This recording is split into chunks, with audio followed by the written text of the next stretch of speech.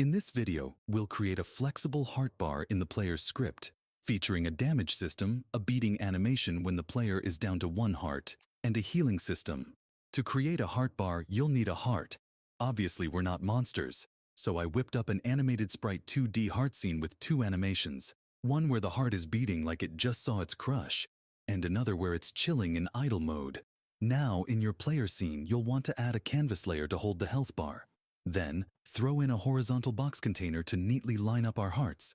Next, add a texture rect to display the animated heart scene I showed you earlier. Now, when you duplicate the texture rect, another heart shows up.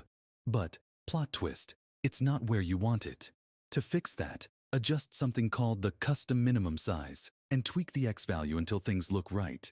After that, if we duplicate it now, your hearts will line up perfectly. This is the easy part. In your player script, create a variable called heartsList, an array that will hold all the texture rects we just duplicated. You'll also need a health variable to represent the player's health, because, players need health.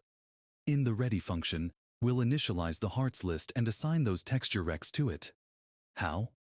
Just access the parent node, loop through its children using a for loop with the getChildren function, and append each child to the array. If you print the list and run the game, you should see all the heart textures happily chilling in the output. Alright, back to coding. Let's create a take damage function, which, surprisingly, does exactly what it says. If we call this function and the player's health is above 0, we'll make 1 heart disappear. Feel free to play some dramatic animations here, showing the player taking a hit. After that, we'll update the heart display using a custom function.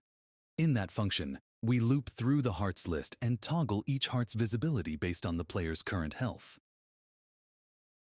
If we run this, you'll see the player's hearts disappear every time the take damage function is called. Now it's time to add that beating animation for when the player is just 1 hit away from doom. We simply check if the player's health equals 1. If it does, we access the animated sprite 2D for the heart and play the beating animation.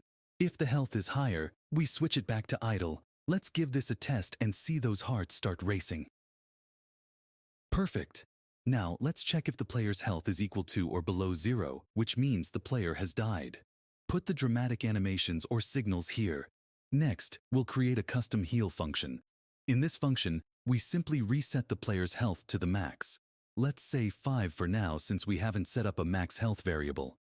After that, we call update heart display function and maybe throw in some epic animations for healing.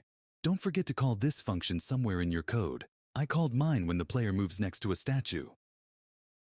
If we run this now, everything we've coded should work as expected.